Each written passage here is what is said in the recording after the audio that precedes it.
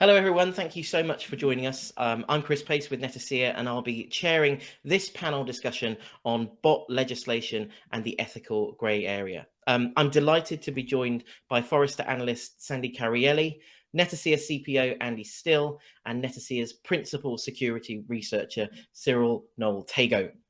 Sandy is a principal analyst at Forrester, advising security and risk professionals on application and product security. And she has a particular emphasis on the collaboration among security, risk, and application development, as well as business teams. Andy is a pioneer of digital performance for online systems. As Chief Product Officer at Netacea, he leads the technical direction for our products, as well as providing consultancy and thought leadership to clients. And Andy has authored several books on computing and web performance, app development, and as well as on non-human web traffic. Cyril is an experienced information security professional. He spends his time researching, speaking, and writing about malicious bots and other cybersecurity topics. That sounds like a tough gig, Cyril. He is also a core contributor on the Blade framework project.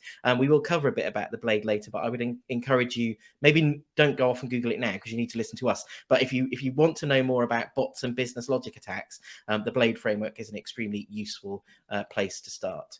We have much to cover and a very short amount of time. We may not actually get to all of these in the kind of depth that we would like, because there is a huge amount to talk about.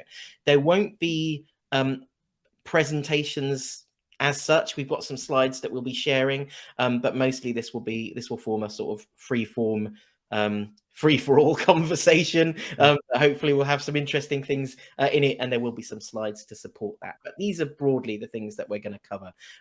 Why are we talking about the legislation, the potential legislation of bots, and probably also which kinds of bots are most potentially ripe for legislation?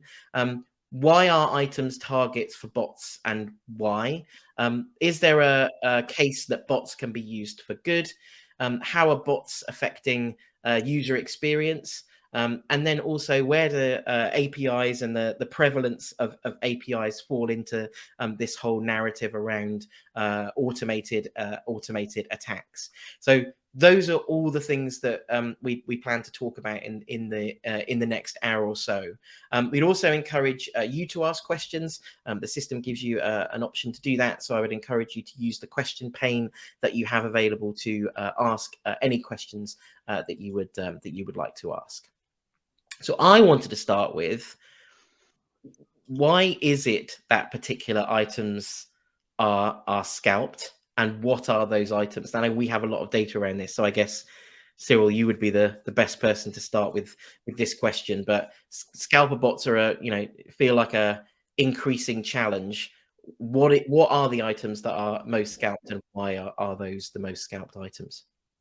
So I'd say there's two classes of items. There's kind of the high demand, low availability items, and then there's the underpriced items, which we're seeing more of recently. So kind of the classic high demand, low availability items, that's been things like your limited edition sneakers, your tickets, collectibles. For the last 2 years, that's been games consoles, those kinds of items.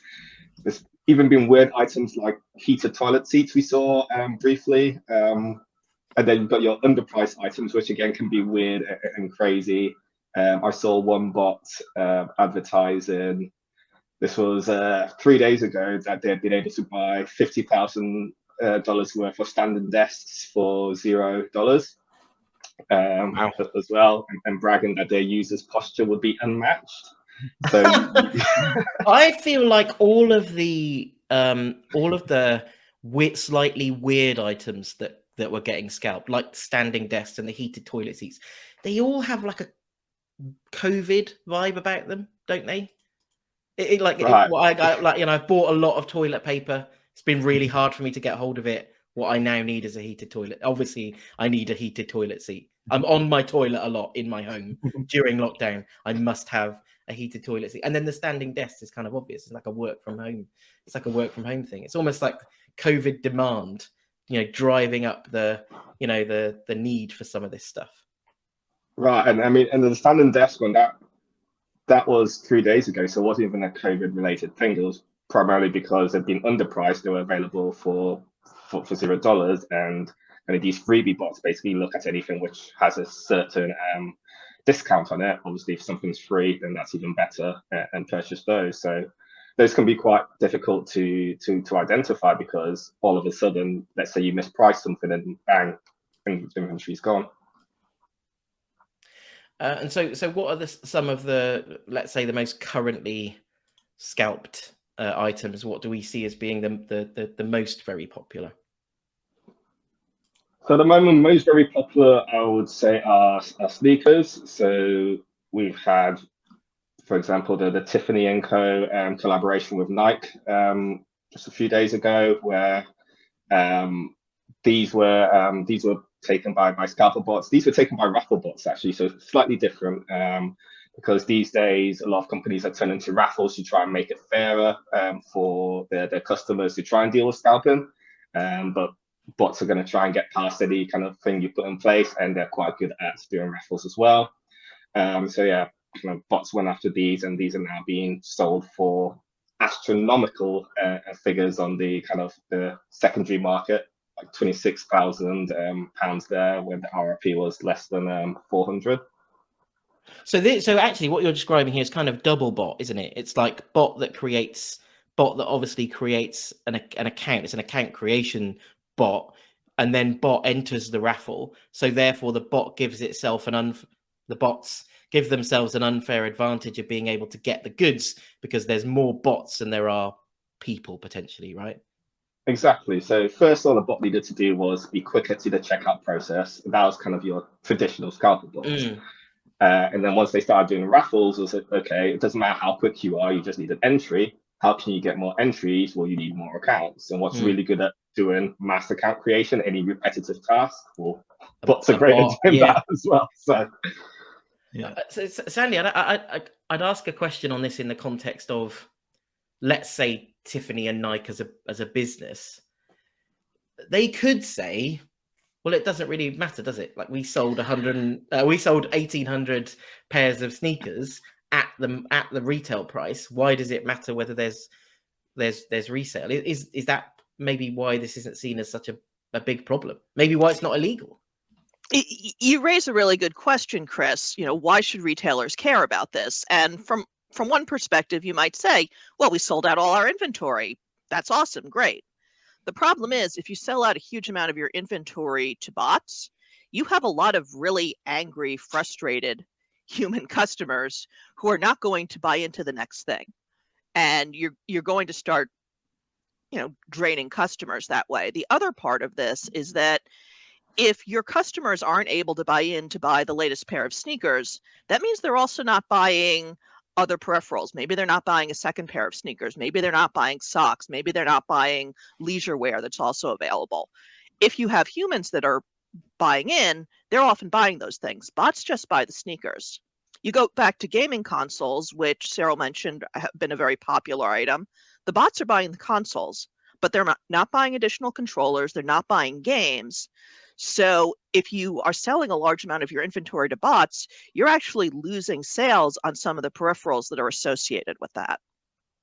Well, yeah, we've definitely heard of brands who are quite upset about retailers not protecting consumers, especially in the context of something as limited a run in this example. And I suppose the other natural example in terms of something that's extremely limited and almost can't be recreated is ticketing. In fact, I would say that certainly in my view, we see it's ticketing that feels like it gets the most coverage in the context of bots and scalpers, most recently Eurovision. But there's also a slightly weird thing around the way tickets and the resale market works, right? There is. And yeah, I'll preface this by saying it was very clear that Taylor Swift was really angry about how this was handled. But you look at something like ticket sales, and unlike the other retail examples I was talking about, when you go to buy a ticket, there aren't any other peripherals that you're buying. There aren't really any add-ons. So if all the tickets to Eurovision or a stop on the Taylor Swift tour, if a lot of them are bought up by bots, Ticketmaster or whoever is managing the sale doesn't necessarily see any difference. The other part of this is that the resale isn't happening on a secondary site. All the secondary sales are also happening on Ticketmaster. So unlike other retailers where they potentially lose money because of lack of peripherals or lose money from, the profit on other sales, all of the sales, both the primary and the secondary from resale of bots, all go through them. It's a very different dynamic, and it might explain why it's been a little bit harder to move forward in that ticket sale domain to really push for fighting bots. So I suppose the next question I would naturally ask then, given the title of the webinar, what would be the reasons for looking to make this illegal? Andy, I guess I'd ask you what would drive, I suppose, the idea that this is something that should be made illegal. What would be needed for that to happen? That's a good question, Chris, and it's usually the first thing that people say, and we've seen recently, the US Congress asking this question, and similarly, we've had UK Parliament has tried to do something about this, and the reason why generally is that you end up, as in these examples here that we're seeing at the moment, with a lot of very angry fans who feel that they can't get to see the act that they really want to see, and that tends to lead to very angry acts. And when the acts are angry, that tends to be when we get some kind of momentum behind it. However, it's actually quite a complex problem to solve, because if you look at how would we make this illegal, the first question would be, what would you actually make illegal? Would it be, like the means that you use to purchase the tickets, which is what has been attempted in some cases to say it's actually illegal to buy a ticket using electronic means. But if you say that, then what's counted as electronic means or automated means? Because there's a wide range of bits of software that people use legitimately to help them buy tickets. We could automate using something like Alexa to say, keep checking that site till tickets become available. Is that violating that law in that case? People are using this to make buying the ticket buying process easier for them. They know it's a complex environment that they've got to operate in. You could kind of put some law in place saying it's illegal to violate any of the restrictions put in place, and that's true in, again, some places have attempted this. So if there's restrictions that the ticket seller has in place and you violate those, so the amount of tickets or by using other people's addresses and to create fake accounts, then that's illegal. Again, it's fairly difficult to enforce, and it kind of puts things in the hands of the ticket sellers to put those restrictions in place, and then they have to police that to determine if people have done that. Another way you could do, and again, this in the UK, this is the case for football tickets, for example, is that once you buy those tickets, you cannot resell them. You cannot give them to other people. That again does solve the problem, but it also punishes legitimate users. So if you buy a ticket, and potentially these tickets, you're buying them 18 months, 2 years ahead of a show, and then you for many legitimate reasons can't attend the show, most people would feel that it's reasonable to be able to pass that ticket on to someone else. So stopping that is particularly unpopular. And again, a lot of these things, and we've already alluded to this with the raffles approach, you end up punishing legitimate customers, not bot customers, because bots will find a way around it. Legitimate customers can't. And then the last one would be actually to say, well, we're not going to punish the bot operator in this case. We're going to punish the person who buys the ticket and actually make the act of purchasing and using a ticket illegal. Again, this is actually the case in the UK for football tickets. If you buy a ticket off someone and use it, then you can be prosecuted for that. It's not often kind of enacted, but it is theoretically illegal. And in that case, that is definitely seen as punishing the person who's had to buy this ticket. And I think this comes into what I think is a very interesting angle in this discussion about scalper bots and illegality, is that the person who is buying the ticket and using it ultimately, and if you read all the kind of press coverage on this, those people have had to pay 1,000 times the cover price for a ticket, are often portrayed as victims, but they're not victims. They're actually complicit actors in this. If they weren't buying it, the bots wouldn't be buying it in the first place. And as soon as you kind of push anything that ends up punishing them, then they're portrayed as victims rather than what they are, which is actually a part of this. Andy, you raise a really good point there in terms of the people that are using the bots. And Chris, I'm going to show briefly some data that we found at Forrester, which is about, I would say, the vicious cycle around the people that are looking for bot services and bot operators. And what we found is that 15% of US online adults have at some point in the last 12 months or so used a shopping bot or a bot service to buy hard to find products. So we've got a bit of a vicious cycle. Users see that they can't get in to a sale because it's being overtaken by bots. They think, okay, if I can't beat them, join them. I'm going to look for a bot service. Now you see more bots that are funded and enabled in order to buy into these products. And you can imagine that over time, these numbers are only going to get higher as more people see that the only way to get what they want is to buy into a shopping bot. Andy, to your point, that's the exact opposite of what we want to happen. But you're right. If we punish the humans in this, that creates some challenges as well. And ultimately, a lot of the bot operators are not going to be deterred by this is illegal. Well, I think also if you read between the lines of that stat, what I immediately thought was, if this survey was those aged between 18 and 35, that percentage might be even higher. So to your point about it getting worse, the tech native adult, US adult, is more likely over time to use technology in order to solve this problem. And that doesn't that end up creating an arms race? Cyril, I expect there are already examples of where we see this sort of bot arms race for particular things. So have you got examples of that? Yeah, definitely. I mean, every bot's not only competing against people who don't have bots, but they're competing against other bots. And so even, I find this stat fascinating because it's actually quite hard to get hold of a good bot, because once a bot becomes good enough, they almost start kind of staggering releases and put people on wait lists because they don't want too many people on a good bot, which that means that, if you've got a good bot and there's 5 people on it, they're going to be able to get 1,000 whatever item if there's kind of 5,000 released, right?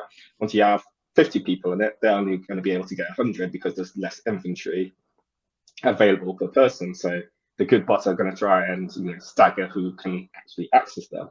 And that's not even including the price of the bots, right? Some of these retail for like $500 or more. And that's not even on the secondary market if you're buying it from someone else. So they're competing against themselves.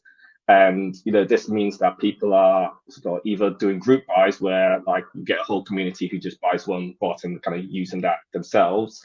But also people are even trying to use bots to buy bots, because it's like it's kind of this whole circle, right? Like, I need to get hold of this bot to help me buy something. The only way I can get this is using another bot to get it. And you start to think, where does this stop?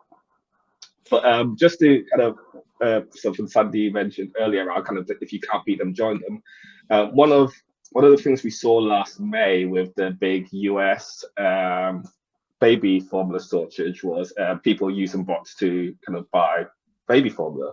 But then we also saw people trying to use bots to buy it in a good way, almost saying that we know people are using this to like exploit it and sell these on. I know some people who need to get baby formula. I've got access to a bot. I'm actually going to do the nice thing and use my bots to get it for them, which from one angle can be seen as doing good, but it's also exacerbating the problem that the people who don't have access to that bot now have less baby formula to use well. So it brings a weird kind of, was that a good thing to do or a bad thing to do, and kind of where do you draw the line on the ethics of it?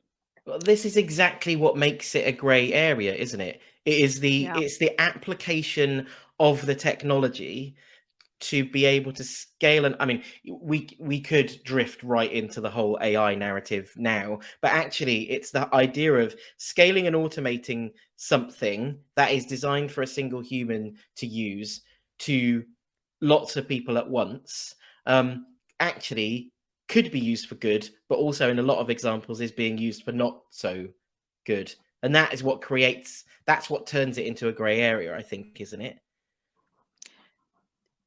You definitely see cases where good intentions are weaponized, right?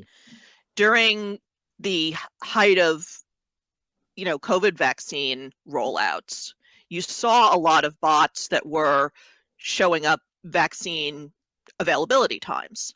And from one standpoint, that's great. I know, what drugstores near me are potentially offering the vaccine. I can get an appointment slot. That's great. However, there was also an example, I believe it was during India's vaccine rollout, where the bots weren't just showing the available vaccine slots, they were actually selling those vaccine slots to desperate citizens. That's the weaponization part of it. So I guess the question that would naturally lead to is, are there ways that a business would be able to identify, I guess, beyond buying a solution? Does the traffic give them clues, for example, that scalping is happening? Stats that are at their fingertips, like if someone is going through a checkout process far too quickly, is that stuff that they can see and potentially think that they should need to do something about? What I'm getting at is, are businesses complicit in this as well, or do they have ways that they could be looking to fix this to make it better for their customers? So I think the answer in a very clean room world where no one had ever looked at bots before would be absolutely yes. So if you were to just open a ticketing site now with no restrictions on it whatsoever, no defense mechanisms, you would see the bots go through the process within seconds constantly, and you would have, and presumably you would be doing no kind of post-transaction validation. You would see lots of orders from the same address and things like that. Now, the world we live in is not like that, obviously, because all the obvious things that can be done are being done kind of as standard by any of the vendors that are involved in this kind of process. So what we have seen, though, is that with every defense mechanism that you put in place, the bots just learn what you've done and they will be slightly ahead of you. And anything where you try to do anything very kind of static and rules-based, all you will see, and we've got examples that we've seen with our customers in the past of, well, we've put rate limit in place, and the bots will just try until they figure out the amount that they're allowed to order, and then they'll just operate just at that level. So there isn't a simple solution to this because of the complexity of the bots. Now you need a relatively sophisticated solution to be able to effectively block bots. Otherwise, they will just bypass those obvious defenses. This might be hopping around a bit, but I wanted to focus in a little on what the actual business, likely business impact is here. And I guess this is a question for you, really, Sandy. And I'm thinking particularly about things like, brand impact, customer experience. If you're a business heavily invested in, for example, doing business online, and you've built great apps that help make for great user experience so that people come and make purchases or use your site in whatever way the business wants it to be used. How important should the idea of not ruining that customer experience be? Like, where does it figure in how the business thinks about impact on that? Look, I mean, at a basic level, if bots are killing your customer experience, you're losing customers. And ultimately, the goal of any any organization is to do business with customers, to sell stuff, whether it's goods, whether it's services, whether it's tickets, sneakers, whatever it is. Their goal is to connect with customers. If customers are frustrated, they're going elsewhere. The other thing that happens, though, and we definitely saw this in the case of the Taylor Swift ticket fiasco. We saw this with Eurovision, I think. Not only do customers get frustrated and maybe not come back or in some cases go elsewhere, but they're also going to post their bad experiences to social media, or they're going to talk to a reporter. And so this isn't just something that stays between the company and the customer. Ticketmaster got hauled in front of US Congress because of what happened with Taylor Swift. So there are consequences in terms of your brand and your perception that go beyond just the immediate customer experience as well. Yeah, and I think that what's interesting though about the Taylor Swift thing and the Congress appearances and all that, it's in my mind I was trying to connect who does the lobbying, who is the industry group or consumer group that is able to lobby to ensure that this is a thing that at least is on the radar of governments, or is at least a problem that governments feel they have to solve. Because I reckon where we are today, beyond that Taylor Swift stuff, I'm not sure. I don't feel like there's an appetite right now for whatever reason. I think historically, if you look at this, the lobbying comes from the person in government who have themselves or their family been affected by this. Nearly always, in the UK, a lot was driven by the fact that people in government couldn't buy PlayStations. That it was that, and I think that the Taylor Swift was probably similar to that. There's enough outcry that resonates directly with the lawmakers, but there isn't. There are fan organisations who do lobby for this, both in the UK and the US, but I don't believe they kind of are the ones who drive the agenda as much as the public outcry about affairs like this. And high profile things like Eurovision, like Taylor Swift, do get the attention of government, and government do move to act in that kind of situation. Yeah, I agree, Andy. Frankly, I think if there was more professional lobbying around this, I think there would be a higher technical understanding of some of the options for fighting bots, and more questions from government about what they were doing to prevent it. I think that I would say almost naivete of the questions that are often being asked in these hearings shows how little expertise is being brought to bear from a lobbying standpoint. Yeah, actually, it's interesting you mentioned the technical, because that was the next bit that I wanted to get to. I'd had a conversation with one of our other researchers and asked, and I think it was in the context of Eurovision. So is the scalping of these tickets illegal or what then? And I got the classic information security researcher answer, which was, it depends. So actually, I'd quite like to explore, Cyril, just for a minute. And let's do it in the context of the Computer Misuse Act, right? So there is a set of legislation that says if you use computers for badness, you will get arrested, and you're breaking the law. I guess what you're about to tell me is that if scalping activity, as an example, is done in a particular way, it avoids that kind of legislation. So if you were doing it in the US or the UK, as an example, you effectively would be able to evade that legislation. Is my assumption right? Yeah, so the Computer Misuse Act is really about accessing a computer that you haven't got the right to access. Sure. So scalping wouldn't fall into that unless you were maybe breaching an account of someone and using that to scalp. So really, I think, Andy, you mentioned that there's kind of there's the football ticket laws where you can't sell, an unauthorized person can't sell a football ticket in the UK. And then you've also got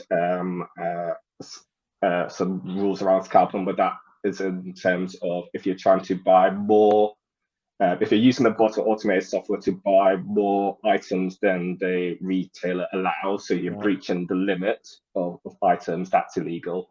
And I believe that's a fine in the UK. I think the Bots Act Bots Act in America is similar, where it's circumventing security measures, which are there to enforce purchasing limits. So if for Eurovision, for example, you're allowed to buy 6 tickets as a person, and I use the bot to buy 6 tickets, that would be legal because I haven't gone over the limit. If I use that to buy 7 tickets, that then becomes illegal under the current.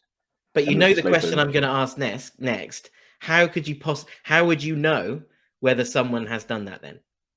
Exactly. So that exactly, that's the issue. And then also, if I hire 10 people to all go buy 6 tickets for me, does that count? Does that not count? That's where you get into this kind of grey area with the law, which is why you get the "it depends" answer quite a lot.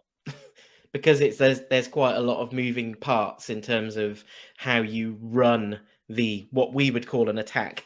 How you run the attack, I suppose, it really decides whether what you're doing is illegal or not. Is what you're saying. And I think, Chris, that is before you even get into the conversation about how you would ever enforce that. I mean, if you're sat in Russia or South America or China buying these tickets and then reselling them via an international resale market, who no one is ever going to get to you. I tell you what will happen if they find out that you've done it. The DOJ will release a strongly worded indictment with potentially made up names in, and you will never get arrested. That's what they send out, these great edicts like, this person in China is terrible and we are definitely going to get them, and they never do.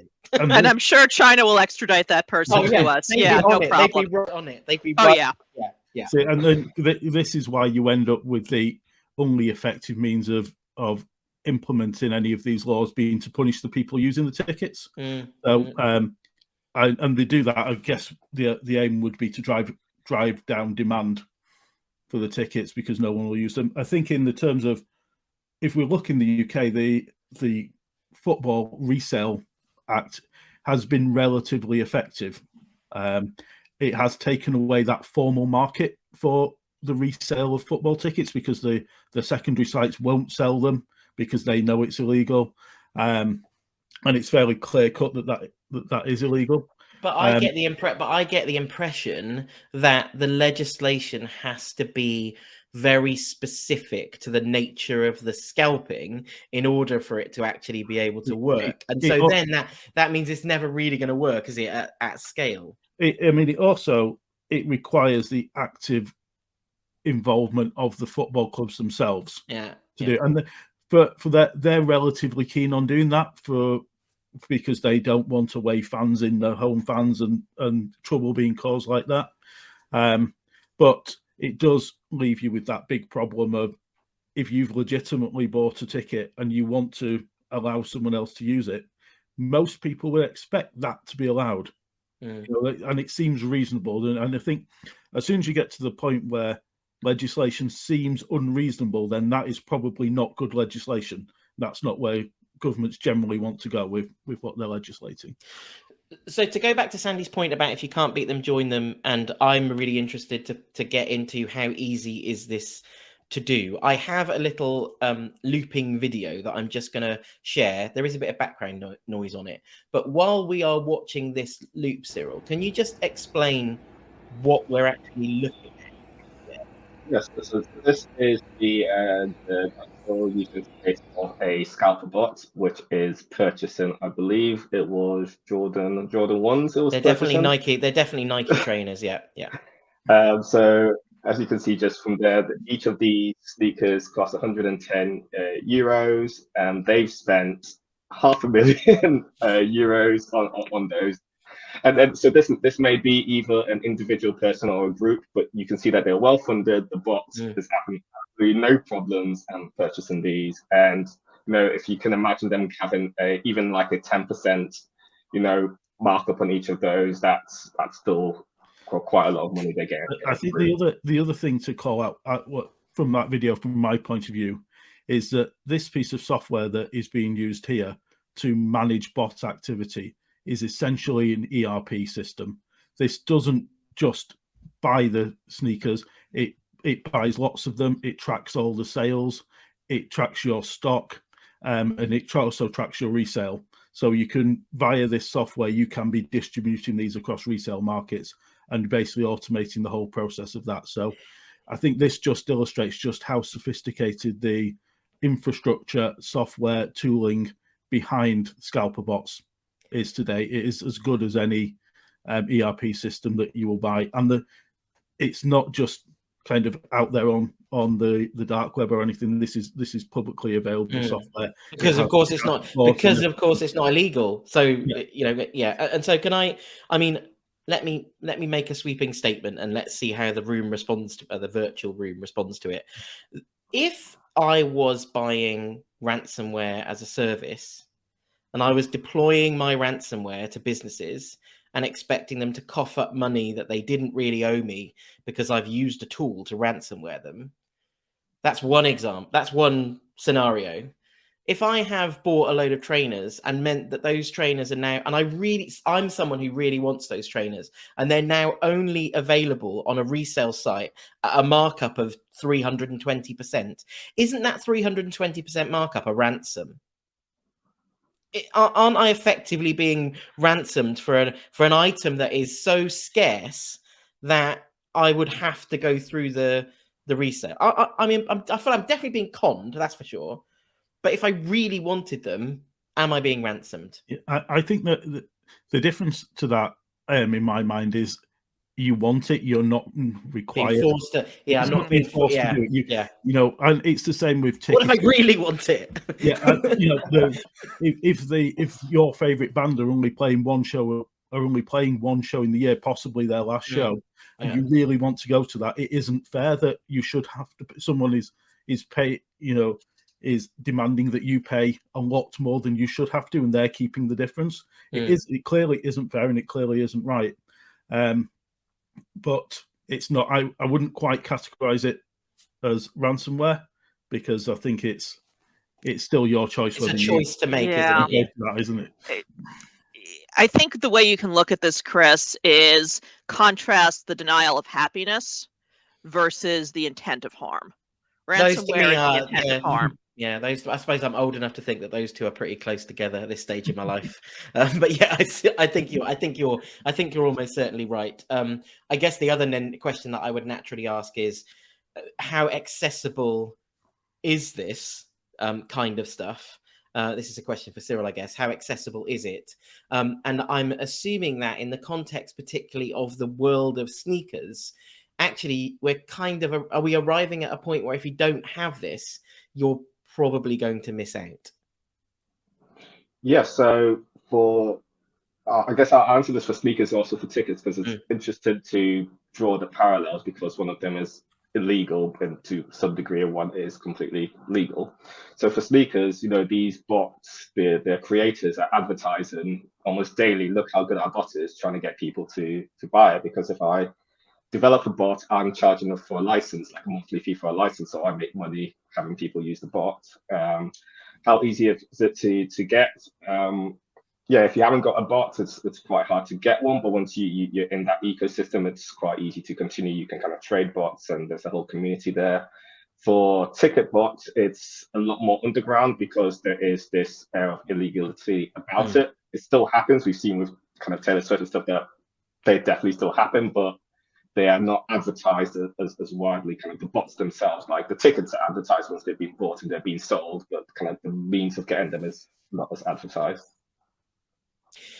And starting to think now about what the future holds here in terms of both this, this problem and potentially other challenges that might appear on the horizon. It feels natural to me that we would start talking about AI. Sandy, can you think of where there might, where there are applications for, AI for real? So not just bots, and bots are programmed to do a job, aren't they, or automated and at scale, but real general purpose AI, and how that could also be applied to this, potentially getting worse.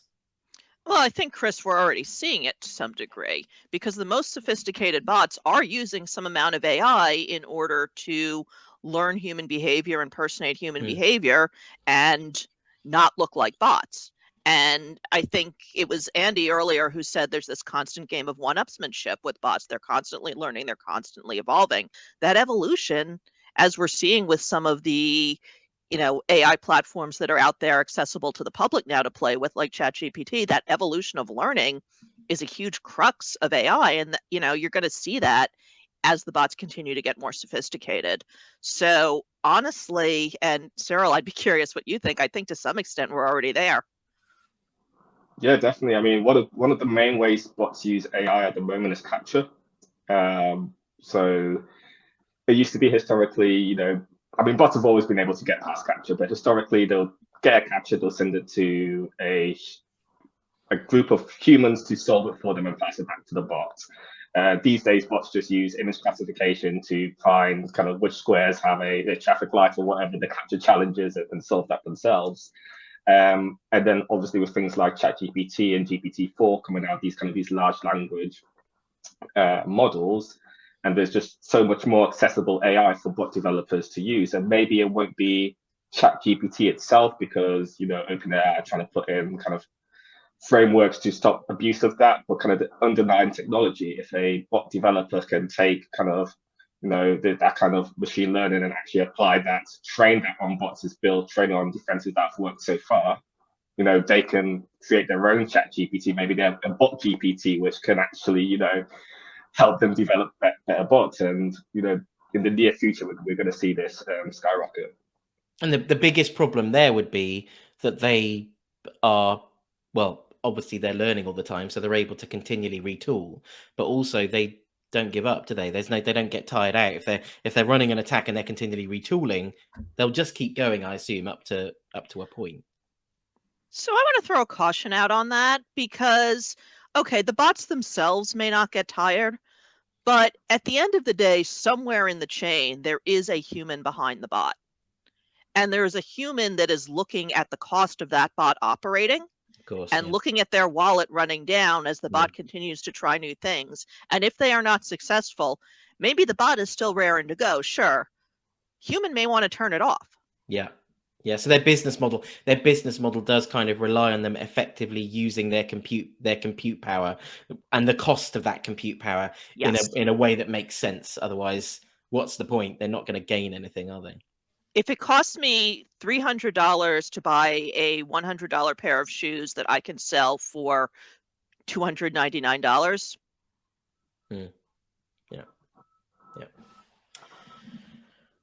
I think I just wanted to one thing I wanted to add around AI. A recent example was a scraper bot. So a scraper bot was a very normal, ordinary scraper bot was being used to access Getty Images publicly available library, and all of those images have watermarks on them, right?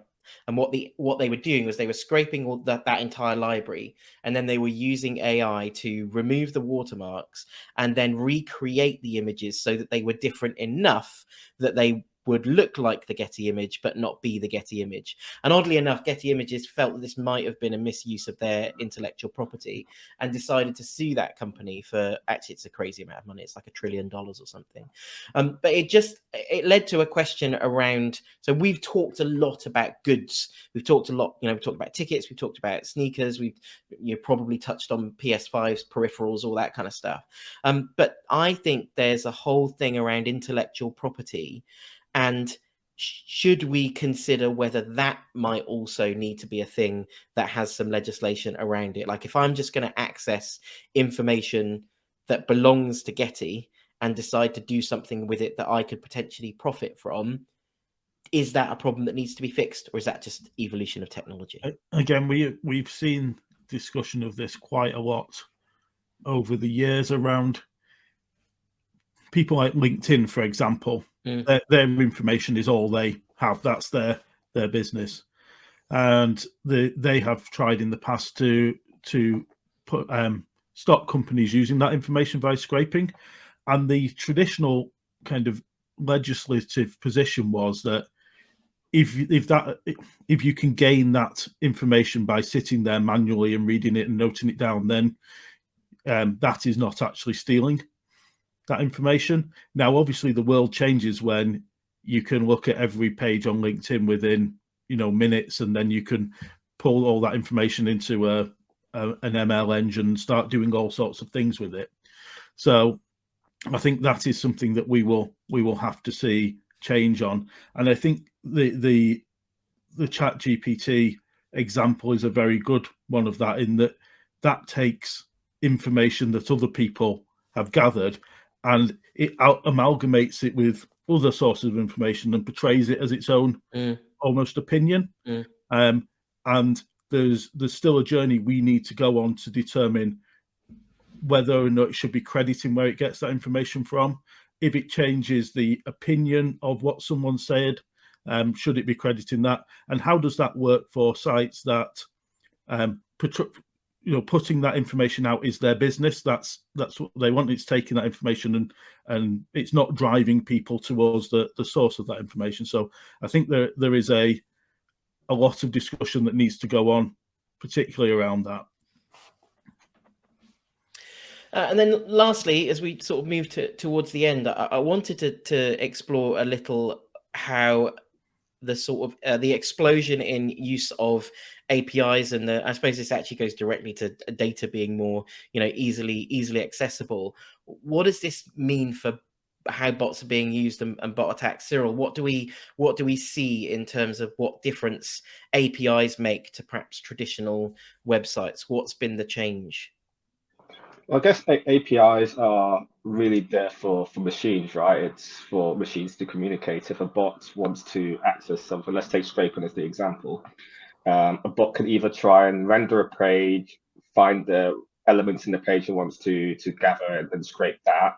And that might, change any time someone, changes the front end, maybe moves a CSS selector, that might change the site. That's quite hard to maintain. Or they could just go to the source of the information, the API that's feeding that website, and just gather that all in a nice JSON format, easily passable by the bot. And, kind of APIs and just the use of APIs has grown, and kind of bot developers are realizing let's stop actually going to the website, let's just go to the API, especially if the API itself isn't protected. A company might have a lot of protection on the website, but the API itself is just essentially an open door. So that's what we're seeing a lot of now. Sandy, so to that point, with if those kinds of threats exist, how are businesses going about looking to solve that problem if they're going to use more APIs, which I think the stats tell us that they are? How are they looking to make sure that they meet those security challenges? Yeah, so first of all, the stats definitely say that organizations are using more APIs.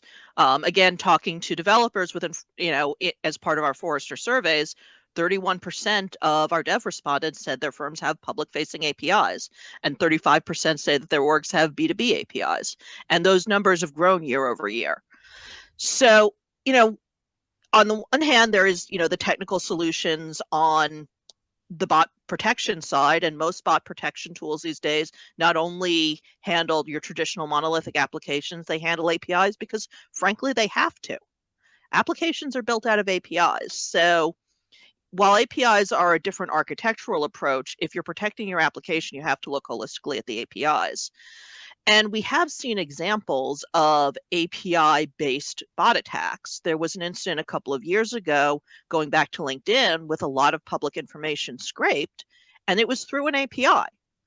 So there's definitely that part of it. The one thing I would say on this, beyond the standard bot protections that we talk about, you can rate limit APIs.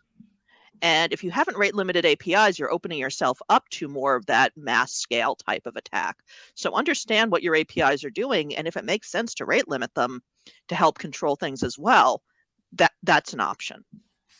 Yeah, I think I'd follow that up by saying, from our point of view and the people that we help protect, we are seeing APIs as often the first point of attack now, and especially for scalping attacks, because there are APIs, often APIs where you can check availability of products, and you use that as the first point of entry. And it's, again, I think your point around rate limiting is a good one, Sandy. Just look at what is legitimate use of the API.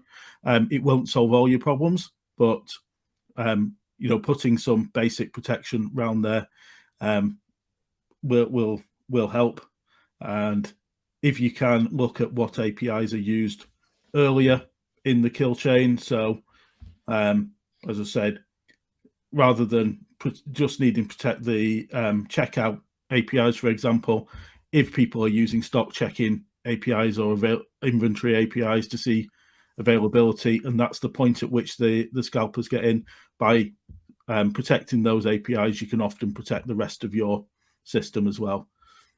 Yeah, it seems obvious to me that, as all these different forms of intellectual property, whether it, whatever data it is that you're making accessible through your API, it's like an old CTO of mine used to say, data's like oil. When it leaks, everyone gets covered in it. I think that it ties directly to that. There's so much now openly available data, and perhaps the assumption is that data is only going to be accessed by in legitimate means by legitimate people, and I think that's not necessarily the case. And so I think the clear connection between the bot challenge and the API challenge is obviously there.